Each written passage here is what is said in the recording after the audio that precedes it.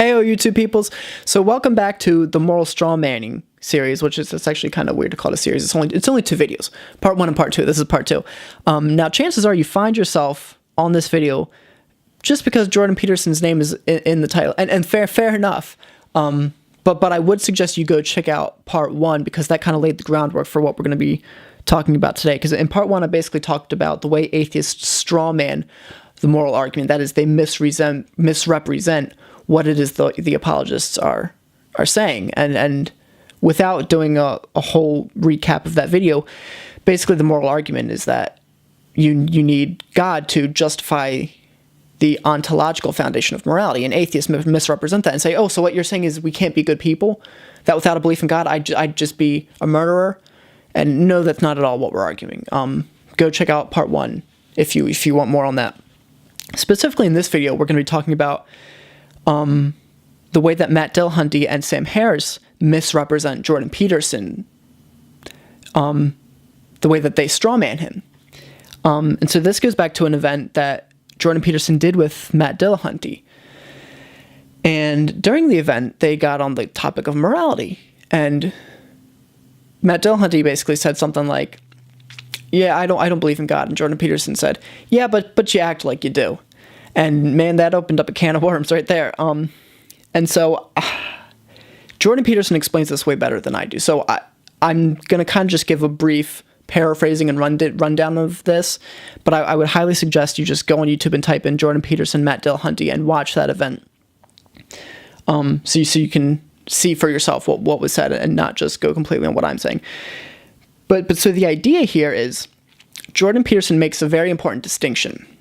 And so typically what we think of when we say belief, right? I believe something to be true. We typically think of it in the way that Matt Dillahunty essentially laid it out, which is belief is being convinced of the truth of a proposition, I think is the way he said it. And I'm not saying that's wrong, by the way. I think that's perfectly valid. Jordan Peterson defines it a different way, and I think both ways are valid, and I think there's a time and place to put those definitions forth depending on the context of the conversation at hand. But Jordan Peterson actually goes a level deeper when he talks about belief. So he talks about what we think, which is typically what's associated with belief, and then there's belief, which is our action in the world. There's what we act out, right? So what Matt Dillahunty talks about, being convinced of the truth of a proposition, Jordan Peterson said, well, yeah, that's what you think, and that might be what you think you believe. But what you really believe is what you act out. Right? So the way you behave, what you behave as if is true, is what you really believe is true. And so that's where the crux of this argument is going to come when we talk about behaving as though we believe in God. And so Matt Dillahunty kind of, he had been confronted with this before with different apologists, which is kind of where he knew where it was going. Now, of course, I think the way Jordan Peterson articulated it was much more sophisticated than Matt Dillahunty had previously encountered. But Matt Dillahunty would summarize it as, oh, so what you're saying is I have a moral sense, but I only have a moral sense because God wrote it on my heart.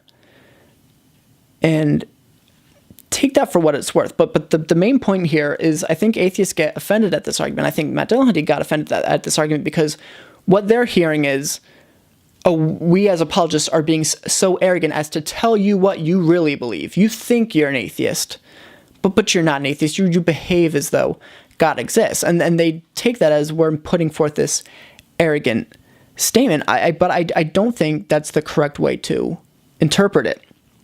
And so I kind of came up with an analogy here. It's not a perfect analogy, but this is what I came up with. So suppose someone said they believe that all aspirin that you take for a headache, there's nothing chemical in it that actually does anything to take away your headache. It's all placebo effect, right? The only way aspirin actually works is through placebo effect. And so suppose they say that. Now, you catch that person one day taking an aspirin for their headache. And so you say to them, oh, well, you claim to believe that it's all placebo effect, but you don't behave that way. You don't act that out, right?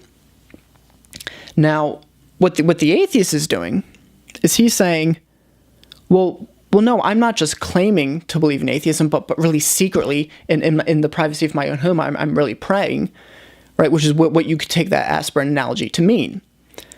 And so they take it as an insult. Oh, so what, you think I'm just being a hypocrite? Well, you just think I'm lying? But I don't think that's accurate. So to take the analogy further, suppose the person said, no, I really do believe it's placebo effect. I really do believe that. I genuinely believe that. I'm not trying to be a hypocrite, right? I'm not lying. I really do believe that. I just want to have the placebo effect on myself, right? I'm trying to, I guess, placebo myself, right? You could say fair enough, but you're still acting out as though there was something about the aspirin that did actually take away your headache beyond just the placebo, right? Otherwise, why take it, right? If it's just in the mind, if it's just placebo, then surely there's another way to go about it.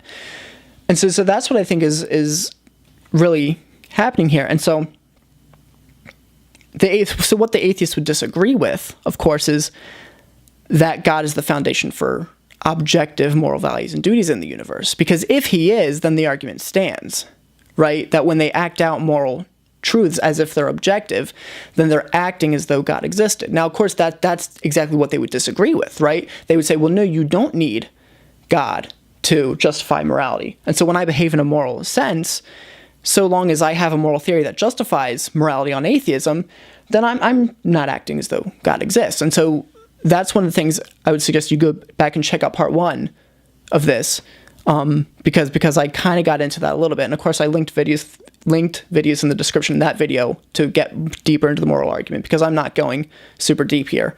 And I'll put the same links in this video. But the point is, so then during the Q&A session, right, somebody got up and asked Jordan Peterson, okay, so if you're saying that if I'm an atheist, but I behave as though objective moral values and duties exist, that I'm behaving as God exists, what in your mind would an actual atheist look like? And Jordan Peterson responded, it would look like Raskolnikov in Crime and Punishment. And this is going to lead to where Matt Dillahunty and Sam Harris strawman Jordan Peterson, because without getting into all the details he got into, Dostoevsky in Crime and Punishment presents Raskolnikov, right? Jordan Peterson said, and really this would look like Raskolnikov from Crime and Punishment. And Raskolnikov is an atheist, and he tries to act that out. He tries to really behave like an atheist. And so he plans the perfect crime. He plans the perfect murder, which is a woman that people would have voted to murder. She was awful. She was doing harm to others. She was abusing her special needs sister, all this terrible stuff. And he had justifiable reasons for doing it, at least reasons he used to justify what he was doing. That would better not only his life, but his sister's life and his mother's life. Right, so this was the perfect crime. And now, so the way that Matt Dillahunty and Sam Harris strawman this is immediately, it's kind of like what I was talking about in the first video. They immediately go to, oh, so a true atheist just murders people.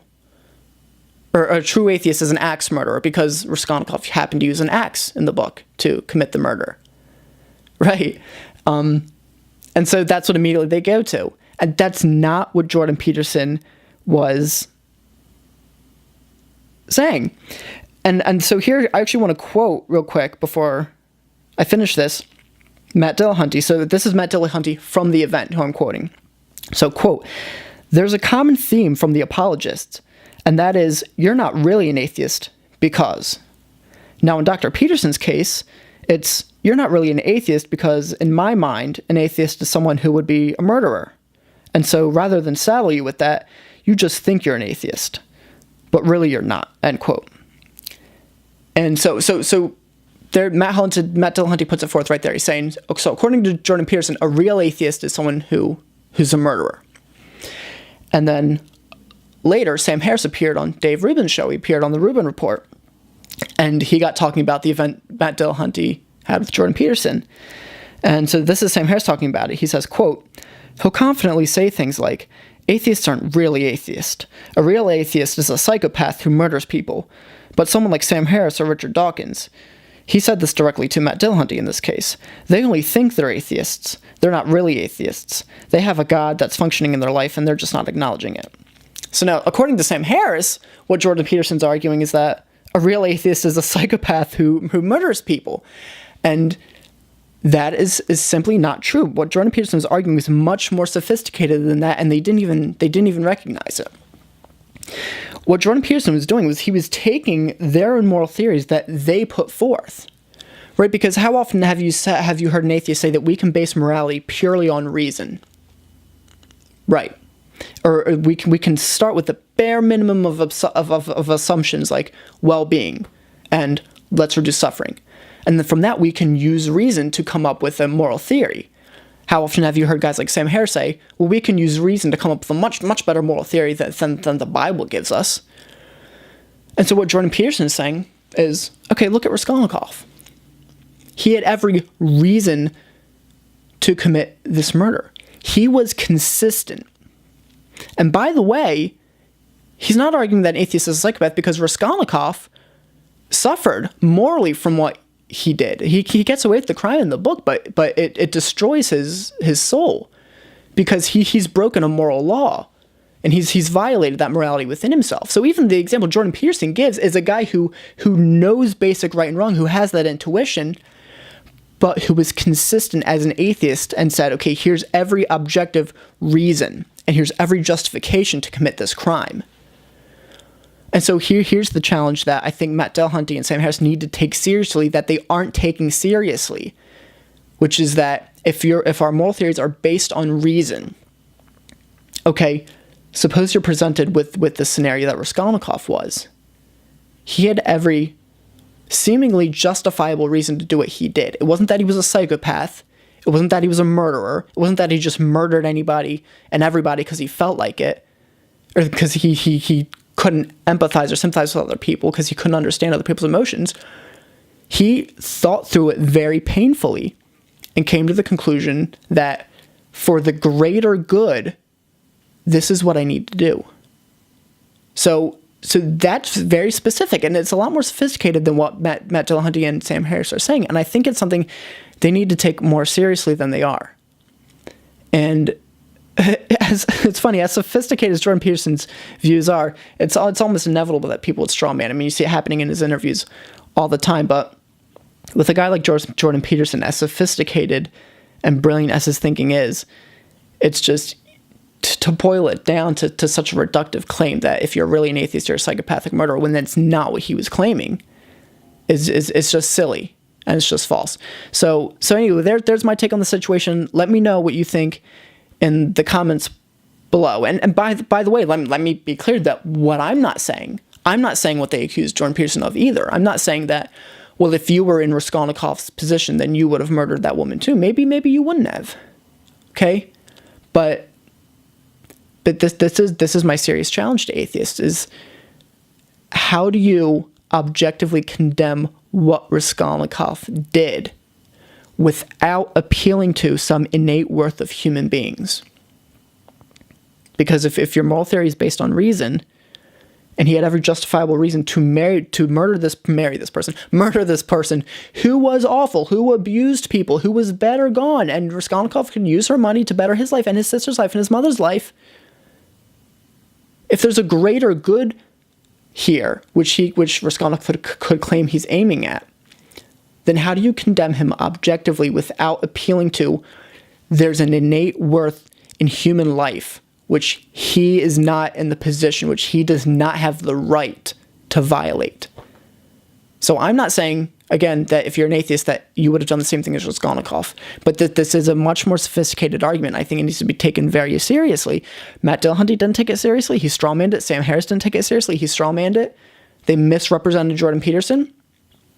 And that's what I have to say about that. But anyway, so that's part 2 of this video. I really appreciate you guys taking the time to check out this video. Please give it a thumbs up, subscribe.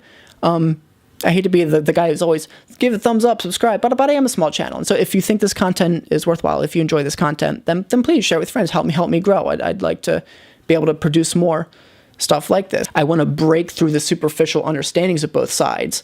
I want to break through the straw manning, because that means you don't understand what the other side is really arguing. I want to break through that and have a more sophisticated and serious discussion on these topics. So I really appreciate you, Christian, atheist, Buddhist, anything in between. I like checking out this video. Please like, subscribe, share it with your friends if you like it. Follow me on Twitter @StelmanSmith, and I'll see you guys in the next video. Thank you very much. See ya.